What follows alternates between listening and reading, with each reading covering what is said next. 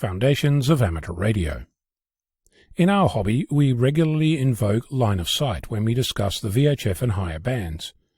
It's a simple concept to help describe when two transceivers can hear each other.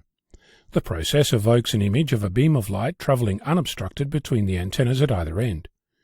Some might picture a laser, others a flashlight. Both are useful to become familiar with some of the concepts.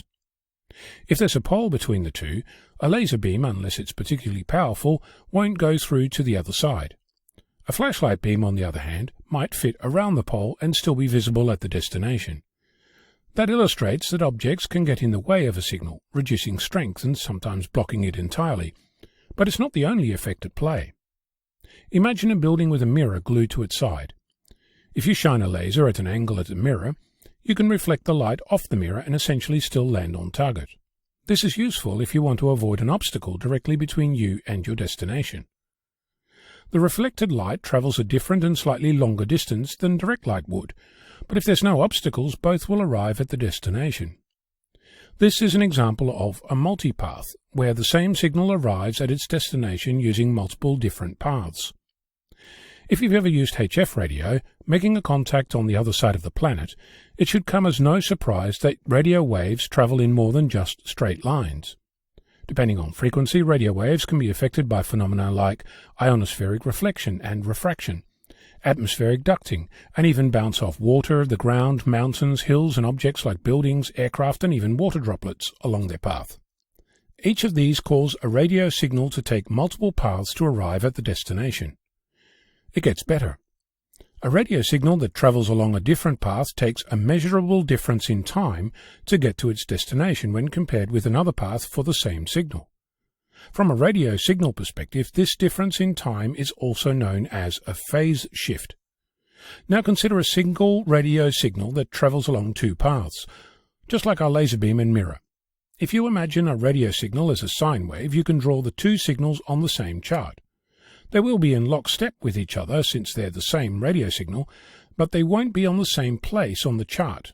In relation to each other, they'll be shifted along the time axis, since one took longer than the other to get to the destination. At the destination, the receiver hears a combination of both those signals. They're added together. That means that what's sent and what's received are not the same thing, and why it's a great idea to use phonetics in radio communications.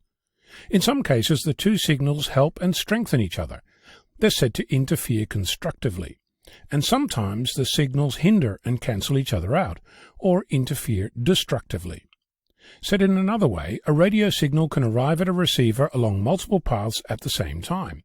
What's heard at the receiver is essentially a cacophony caused by each slightly different path. Since the signals are essentially all the same, some of these signals reinforce each other, where some cancel each other out. This effect isn't absolute, since the different path lengths aren't all exact multiples of the wavelength of the signal. They're all over the place, but there will be groups of paths that help and groups that hinder.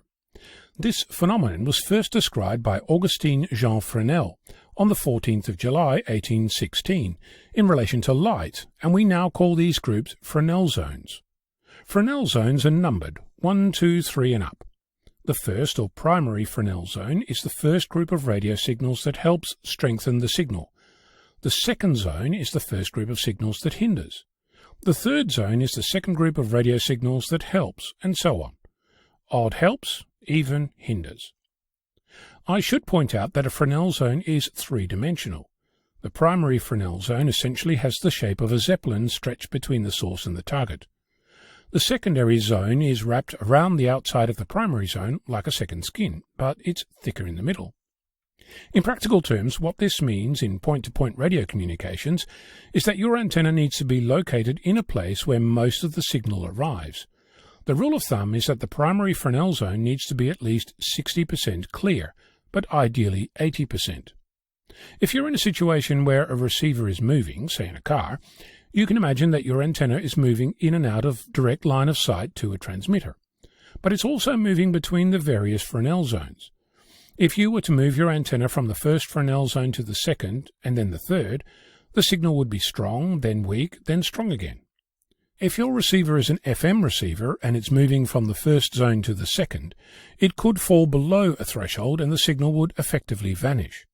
Continue to move from the second into the third zone and the signal would sound like it suddenly reappeared as it climbed above the threshold. Do it fast enough and the signal sounds like it's stuttering.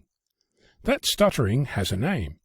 In amateur radio we call it picket fencing or flutter, and it's commonly heard in mobile situations on FM transmissions on the VHF and higher bands, but it can be caused by other changes in propagation distance, for example an antenna moving in the wind.